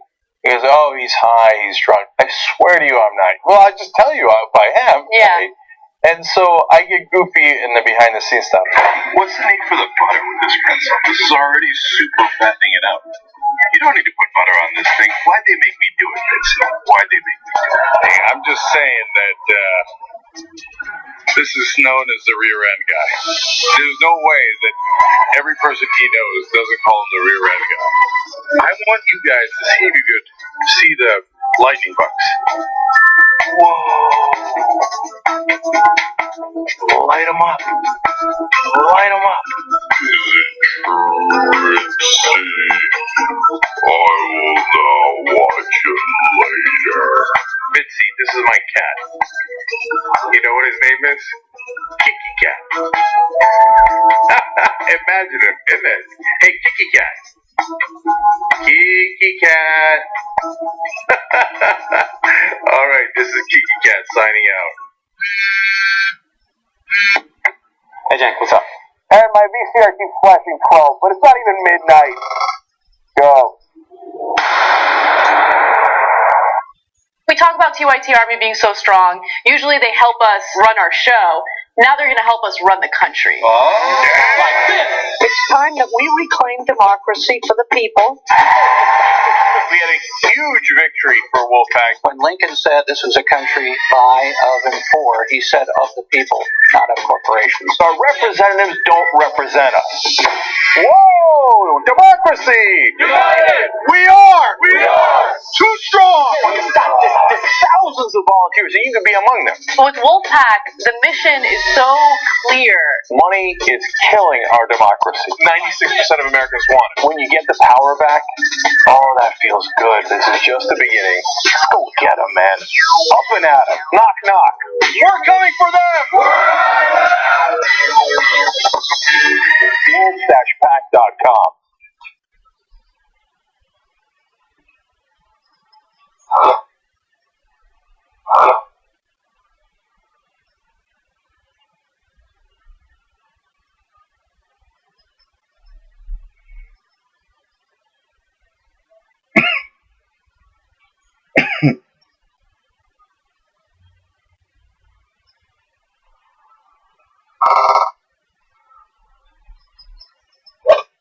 Great shot.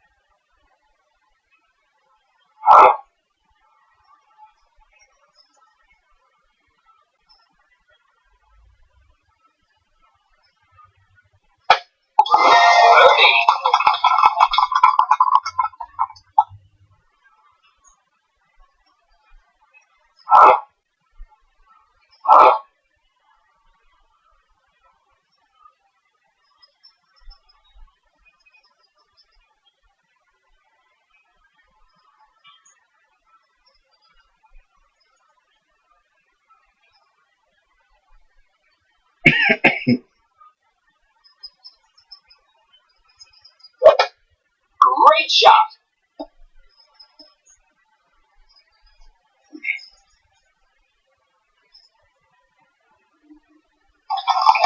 Nice on.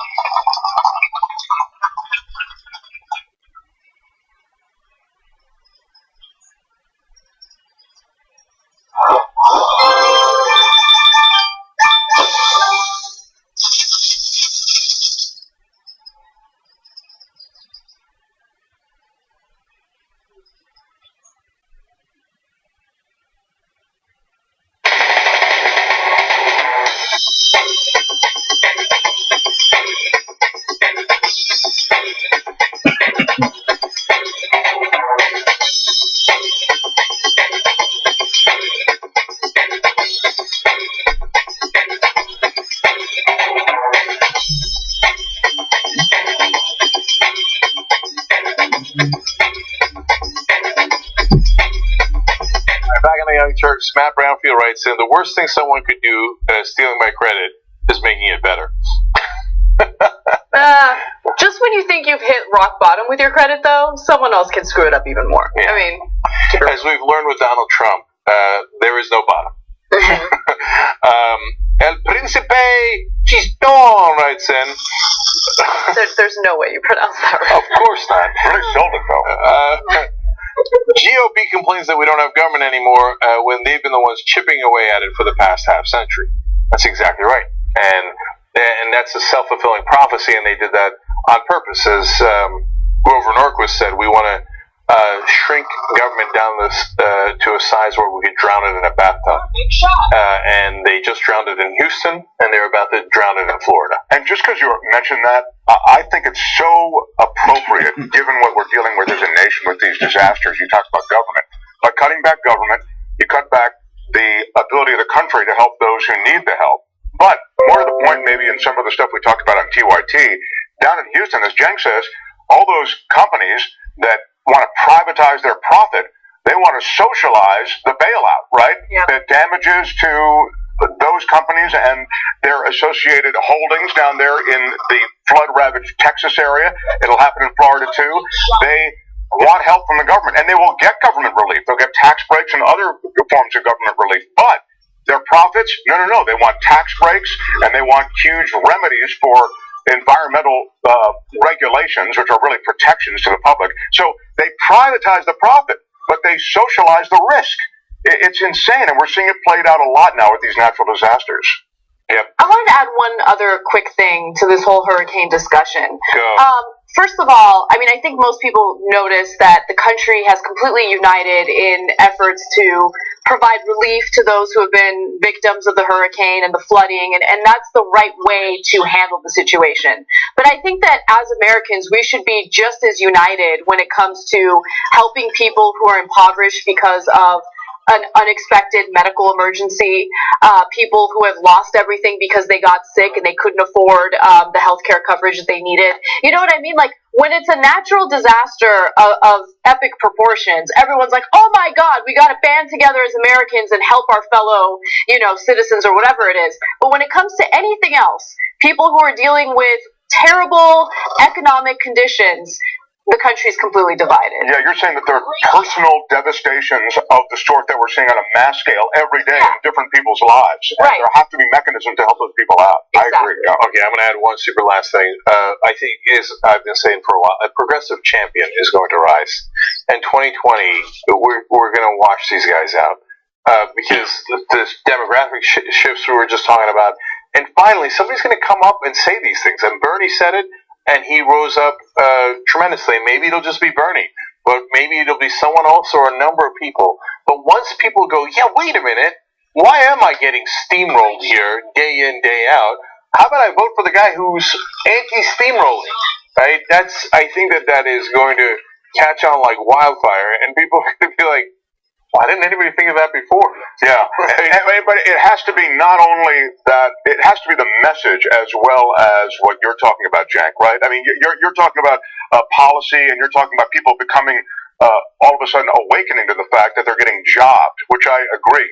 But they have to find, that is to say the progressive side, a candidate that communicates well enough to get that message across that I'm the guy who's now, or when I say guy, I mean it generically, I'm the person who's not going to job you the way the rest of these a-holes have. Yeah.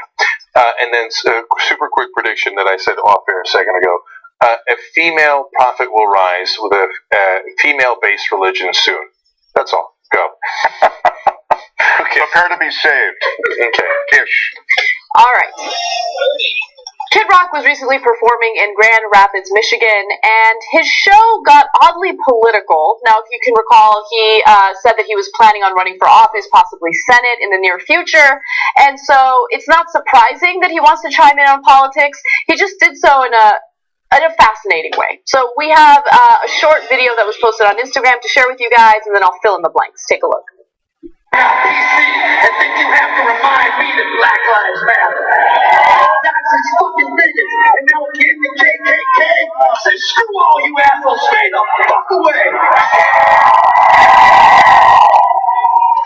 It's no secret we're divided, and we all should take some blame. We should be ashamed that we all seem scared to call him by his name. So please, Almighty Jesus, if you're looking down tonight, please guide us with your wisdom and give us strength to fight. Fight the tyrant evils that lurk here and abroad, and remind us all we are still just one nation under God.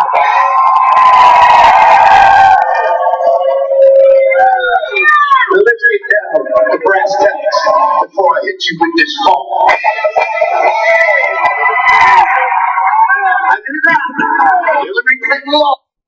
Okay. So, in case you missed some of that, he did reference Colin Kaepernick at one point during the concert, saying, and if you want to take a knee or sit during our Star-Spangled Banner, call me a racist because I'm not politically correct, and think you have to remind me that Black Lives Matter. So he went on to, as you saw in the video, then to reference the Nazis and the bigots and the KKK in a negative light. And condemn them as well. And he said, I screw all you assholes, stay the fuck away. Meaning both the Kaepernicks of the world and the people that have to remind us that Black Lives Matter and the KKK. So I'm glad he included the KKK, so that's one step better than Donald Trump. Okay, but basically putting Black Lives Matter and Kaepernick in the same category as Nazis and bigots is a piece of shit move by Kid Rock. So look, it is a populist move. I get it. A lot of people in this country are in that frame of mind. Hey man, I'm not for the Nazis. I'm not KKK. That's bullshit. Yeah, fuck them. But you know those guys who say that Black lives should matter. Fuck them too. Okay, and I know what they think, and then that's why Kid Rock is doing this to get popular, which is to, like, no, I'm not racist. I know Black Lives Matter. You don't have to remind me, as he said, right? But apparently we do, because we keep showing you the stats where the cops arrest blacks at disproportionate rates, they shoot unarmed blacks at disproportionate rates, and then you go, yeah, whatever, man, whatever. If you try to change it, then I'm going to get offended. Well, okay, if you don't want to change a system that has a racial impact in the country, then I don't know what you want me to call you. And I think Colin Kaepernick is an American hero for costing himself millions of dollars based on a principle and doing freedom of speech. He's unlikely to be affected by any of this. He's famous, he's rich, he's a celebrity. He did it to help other African Americans in the country. I think that's awesome. So if Kid Rock thinks it's cool to go, oh yeah, damn, then fuck Kid Rock. Yeah, so it's really funny because that phrase politically correct gets tossed around a lot by conservatives. To be fair, I don't really know what Kid Rock's political identity is. Like, is he a Republican? Is he a conservative Republican? I have no idea. Honestly, I don't really care. Neither does he. He doesn't know either. Right, exactly. But the thing that I wanted to mention was how he said, he basically criticized Colin Kaepernick and said, I'm not politically correct, so if you want to call me racist, call me racist. Like, that was what he implied, right?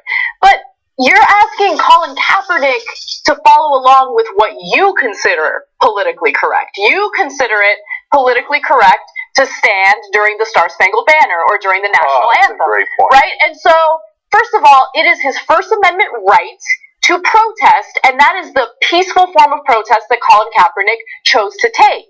And you're, again, asking him to be politically correct by doing what you think is the moral thing to do. And that's just, and by the way, I mean, you want to talk about moral. Right now, moral, okay? Just stop. Like, I'm tired of it. That was actually my favorite part. Kid Rock's like, yeah, it's all because of Jesus Christ. Jesus, yeah. That's what Jesus was in favor of, right? He came to the temple, and before he threw out the money changers, he's like, right?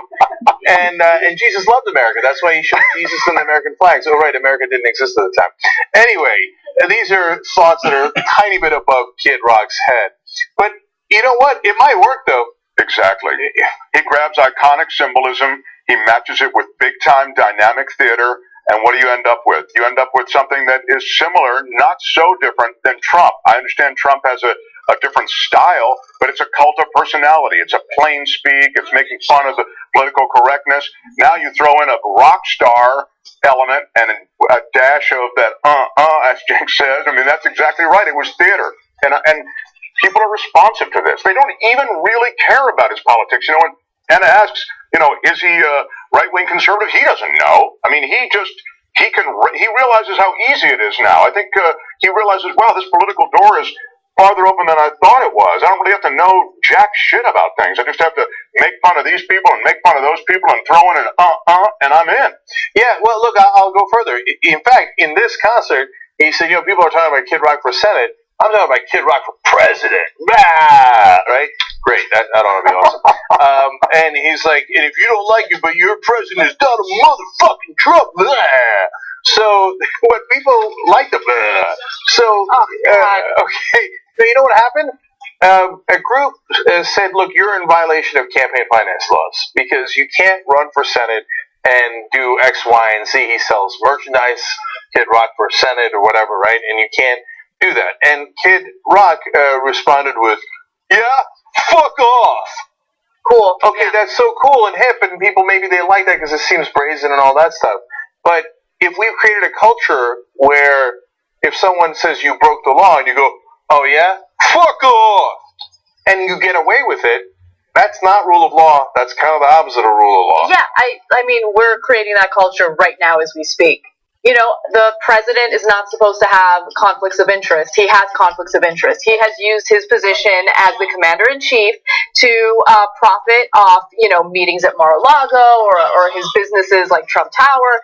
I mean, who cares? Who cares? I mean, we've reported on that over and over and over again, provided many examples as to why those conflicts of interest go against the best interests of the American people. But his supporters don't care. His base doesn't care. They've emboldened that type of unlawful behavior, and so he's going to continue doing it. So you create that culture, and you sit there as a Republican, and you bask in it, thinking that it's great. Wait until a liberal Democrat gets elected into office. Let's see how you feel about the precedent that you just set. Okay, and look, I think that part of the problem with some liberals is that they look at Kid Rock doing all this stuff and they go, "Oh, that's not right. He shouldn't be doing that." I'm not in that camp. So, Kid Rock, you want to play? We can play. Right? Kids will play. Fuck you too, Kid Rock, and you can suck my dick. Okay? Oh, wow. How do you like them apples? And you are a piece of shit who doesn't understand this country at all? And you want to get into politics? Welcome to the fucking jungle, dickhead. We'll make sure that you fucking get annihilated. How do you like them apples? Wow. Okay. I didn't see that coming. Okay. That was pretty aggro. Okay. I mean, look, you're the only one who's allowed to say words. Oh, wow. Okay. All right. I want to fit in one more story before we end the show because it's amazing. All right. Researchers have developed a form of AI that can identify individuals who are gay or straight. This is insane. Now, the researchers, Dr. Mikhail Kozinski and Yulin Wang, are planning on publishing this work in the Journal of Personality and Social Psychology. And here's what they did. When the scientists presented the algorithm with 5 facial images of a single person, the accuracy increased to 91% for men and 83% for women, meaning the accuracy of identifying their sexual orientation increased, right? Now, that's when they took one person and provided 5 different pictures of that person. However, if they didn't do that, they just relied on one image of one person, here's what they found. Let's go to this graphic. The AI can distinguish between the face of a heterosexual man and a homosexual man 81% of cases. For women, the predictive accuracy is 71%. And so they're saying that, you know, there are certain physical traits that gay men have, either because of biology, but also because of the way that they style themselves and stuff, that makes it possible for the AI to identify what their sexual orientation is. This story is amazing for a number of reasons. Mm-hmm. So, first off, their accuracy is stunning. On one picture alone, 81% of the time, they got it right. You give them 5 pictures, they know. Okay, this is my mom says about my... But to be fair, one of the pictures is of 2 people having gay sex, so it does... Right, you're one of those. See this AI that we developed? Like, amazing. Artificial intelligence is like, they are having gay sex. They must be gay. All right, no, it's just 5 pictures, presumably random pictures of people. Now, look, some of it is understandable. It is programmed to see things that you can change, like your hairstyle. And so, short hair on a woman might, I'm not saying anything, I don't know if this is in the programming. Okay, might lead in a certain direction, and not in the other direction, okay? But, and this is the scary part, it also looks at, for men, the facial femininity of each image. Yeah. So if your face is more feminine, you are actually, it turns out, more likely to be gay. It even measures your nose, which then scared me. I mean, it just literally sent a chill down my spine. So it got a little serious there, because that is the eugenics that led to the horrible things that happened in the Holocaust, etc. But and it was not true in terms of different races or religions.